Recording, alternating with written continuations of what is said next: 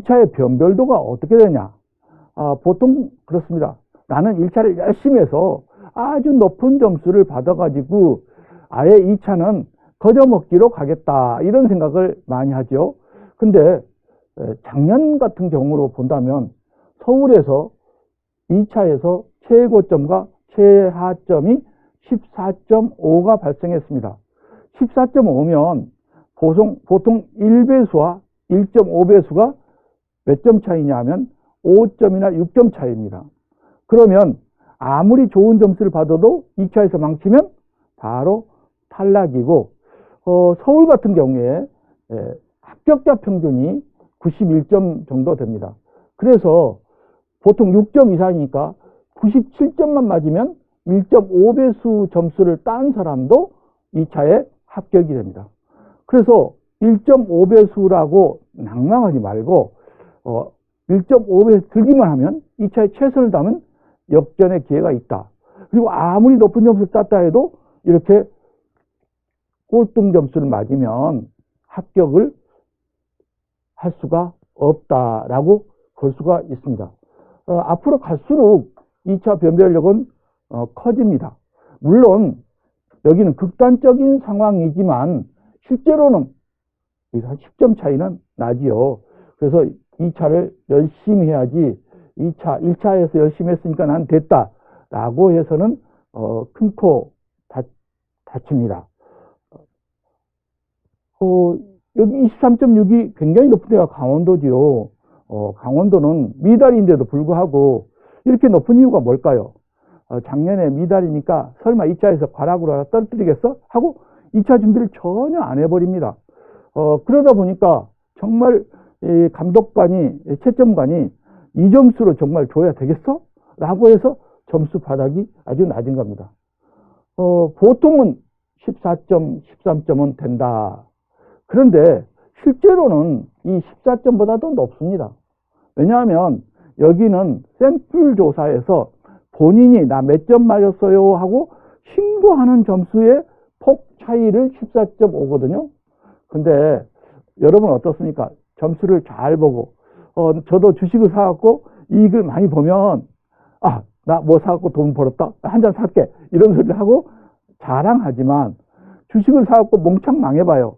말도 않고 이야기하기도 싫어합니다. 점수를 잘 맞은 사람은 이야기를 하지만 점수를 못 맞은 사람은 이야기를 안 씁니다.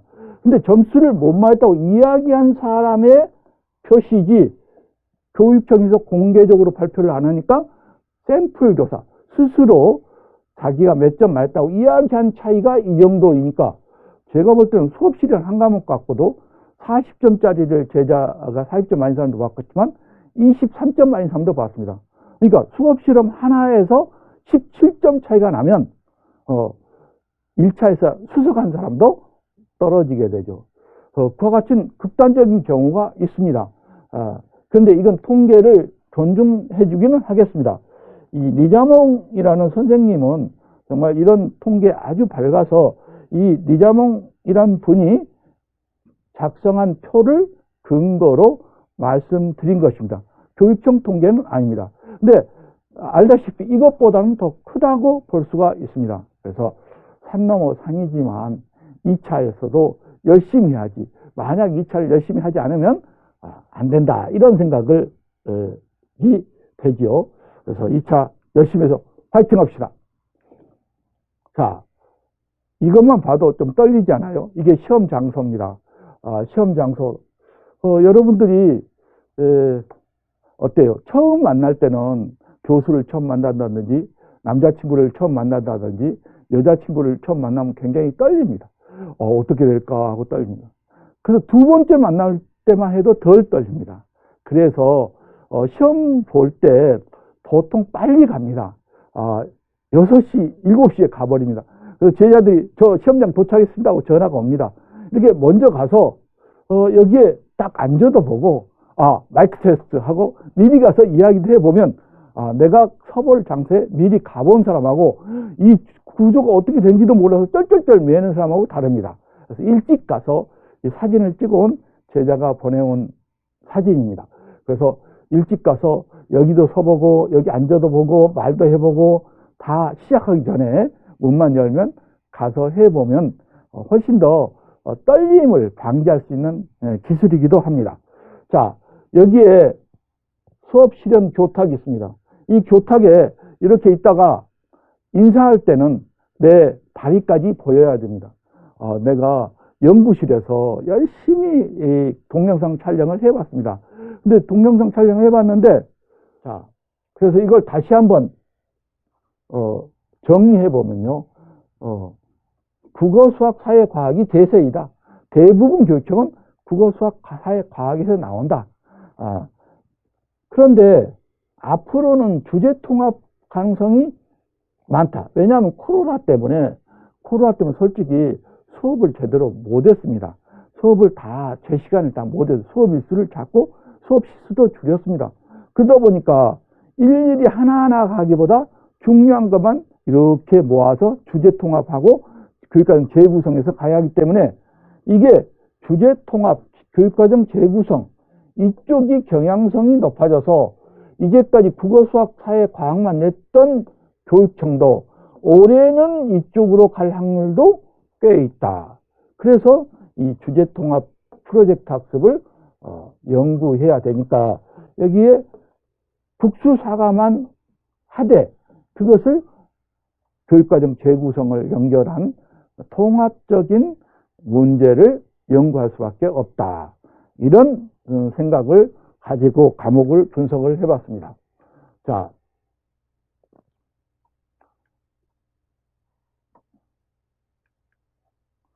여기를 조금 자세히 보면 아까 이야기했던 거하고 비슷한데 서울은 국수사과가 안배가 되어 있고 여기도 국수사과가 안배가 되어 있고 인천도 국수사과가 안배되는데 여기만 살짝 띄었고 경기도는 아주 창의적인 것을 요구해서 도대체 메뚜기 어디로 뛸지 모른다 한 것처럼 정말 예측 불허로 출제를 하려니까 다양한 방면의 연구를 해야 된다.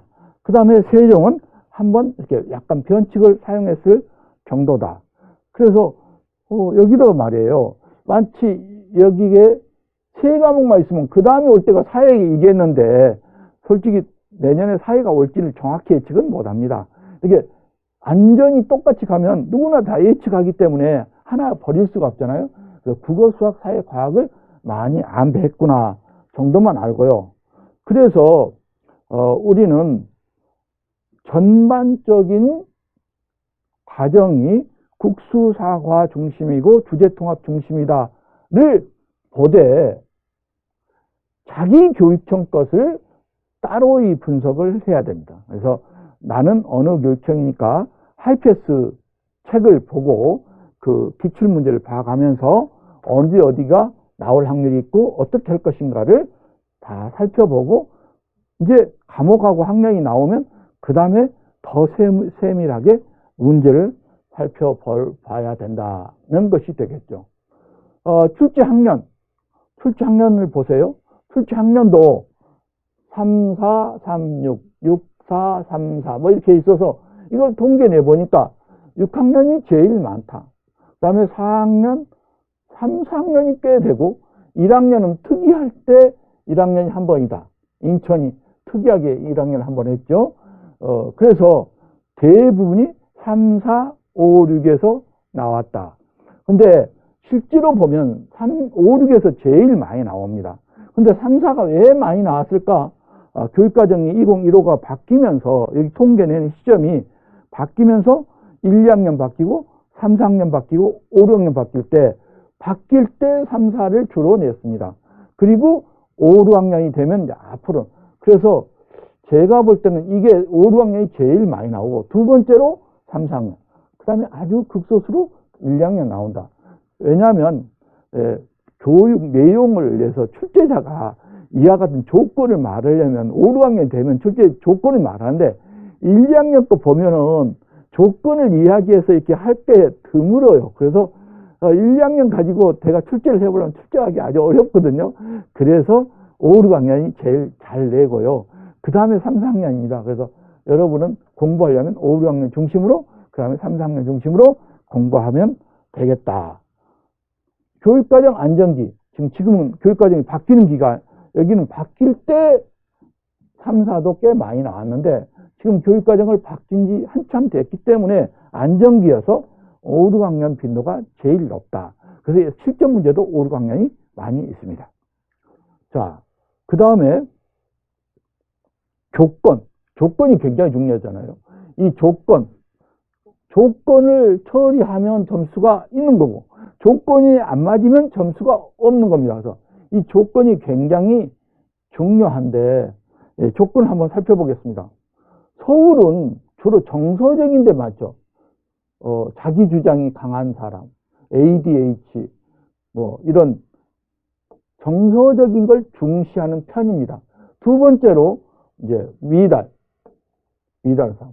경기도는 다문화에다가 정서적 행동장애, 소외된 학생, 또 이해가 부족한 학생. 정말 여기는 아예 조건을 안 줬습니다. 역시 경기도는 역시 될 수 있으면 한 번도 비슷하게 내지 않고 항상 바꾸고 싶어하는 그런 경향을 갖고 있죠. 평가원 출제는 문제 은행식으로 출제됩니다. 똑같은 작년 출제도 이렇게 국어, 수학, 사회, 자연을 4과목을 가지고 각 교육청이 선특해서 문제 은행식으로 뿌리면 그 교육청이 그 문제 중에서 고릅니다. 한 가지 문제로 전국이 통일하면 좀 그러니까 문제 은행식을 주면 그 문제 은행을 가지고 통일하는데 이렇게 작년 같은 경우 이렇게 각 교육청이 선택을 한 것입니다. 그래서 낱말 부지나 지도 미활용 학습 부지나 주로 교육학적인 이론적인 이야기에서 나왔죠. 자, 이래서 다문화 정서 학습 부진, 그 다음에 학습 부진이 주로 학습 부진 다 학습. 이론적으로 나온 데서는 학습 부진이 많습니다. 그래서 대부분이 학습 부진화를 어떻게 지도하냐가 가장 많은 범위를 차지하고 있죠. 여러분이 학습 부진화를 수업 실현에서 어떻게 처리하냐 이건 꼭 알아야 되죠. 그래서 이거 특별히 학습 부진화는 순회 지도나 할 때 어떻게 처리하냐를 공부하고 정서 장애를 어떻게 처리하냐 다문화가 많은 교육청이 있지 않습니까? 특별히 도지역이 더 많죠. 그런 데는 다문화도 나올 확률이 아주 많고 지금 학습 격차, 학습 소외 이쪽이 또 있으니까 주로 많이 나오니까 적어도 특별한 조건을 붙이는 문제에서 이걸 어떻게 해결하냐 하는 것은 학습 부진, 학습 소외, 그리고 정서장애 이런 것들을 가지고 어떻게 처리할 것인가를 연구해 보겠습니다. 물론 내 강의에서도 이런 것들을 잘 다루어 드리도록 노력하겠습니다. 자, 이번에는 코로나19로 우리가 원하지 않던 에듀테크가 우리 교육 속에 들어왔고 에듀테크가 그전부터 있었지만 엄청 강조되는 것이 들어왔죠. 그래서 원격 수업 우리가 온라인, 오프라인으로 하는데 우리는 우리말을 쓰기 위해서 온라인을 원격 수업이라 하고 오프라인을 교실 수업이라고 합니다. 그래서 우리말 쓰기 운동을 또 바꿨죠. 그래서 원격, 브랜디드, 온라인, 온오프 이 수업에 대한 책자가 많이 나왔습니다. 그래서 작년까지는 이게 문제로 나오려고 생각도 안 했는데 올해는 이 문제가 반드시 나오고 문제의 조건에서 이걸 요구하지 않아도 원격 수업은 어떻게 하는가를 넣어서 순회지도나 안내지도일 때 해서 이제 우리 일상 속으로 들어왔습니다. 원격 수업이. 그래서 교실 수업을 할지라도 원격 수업, 에듀테크를 활용해야 된다. 제가 교육 전문직을 주로 많이 가르치고 전문직에서 제가 많이 강의를 하는데 장학사 시험에 올해 전국적으로 1학기 때 본 장학사 시험에 원격 수업에 대한 문제가 안 나온 교육청이 하나도 없었습니다. 그러니까 이번 임용시험에도 원격 수업이 나올 확률이 제1 1로 된다. 그래서 이것 중에서 내가 볼 때 가장 좋은 자료가 이 자료였습니다. 그래서 항상 여기 카페 번호가 올라와 있죠. 하이패스 카페 JHK 18431 이걸 치면 이 수업이 나오고 다운받아서 반드시 확보하기 바랍니다.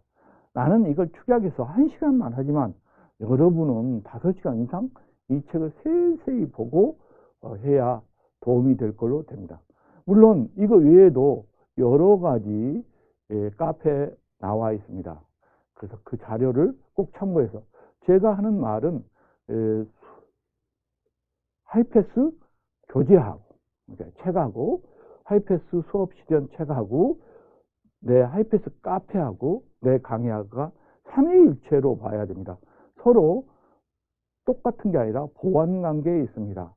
내 강의를 들으면 내 카페나 교재를 이해하기 쉽고 전반적으로 이해는 되지만 일일이 자기가 수련하기에는 책에 있는 수많은 문제를 풀어서 머리로만 하는 게 아니라 몸으로 체험이 될 수 있도록 해야 되고 또 다른 새로운 자료나 그런 건 카페에 계속 올라가게 되어 있습니다.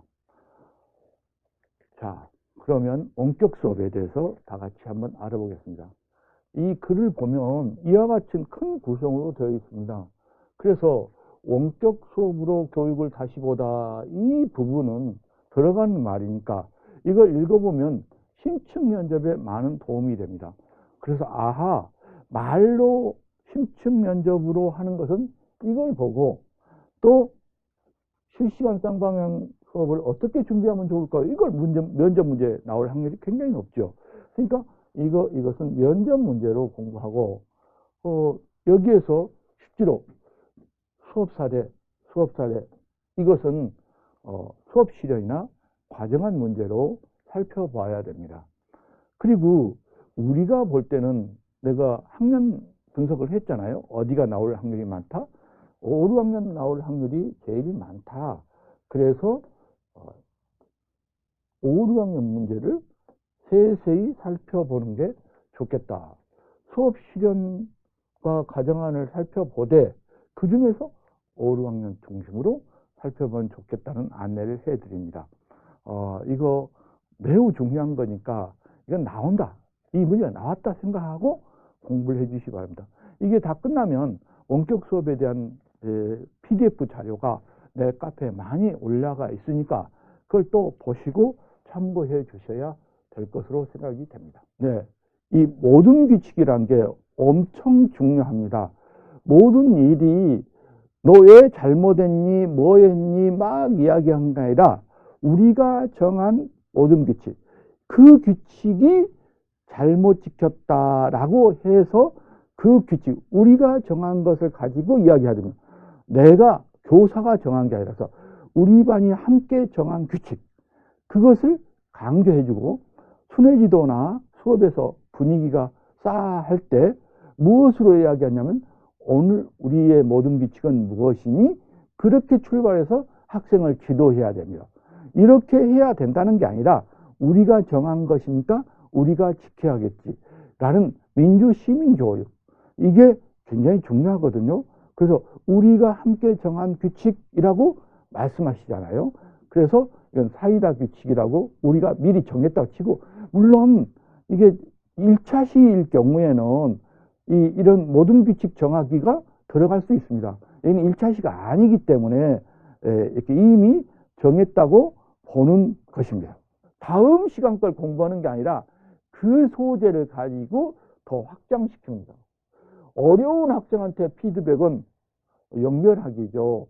힌트를 준다든지 그 앞 시간에 배운 거, 또 단계적으로 비계 설정하는 연결.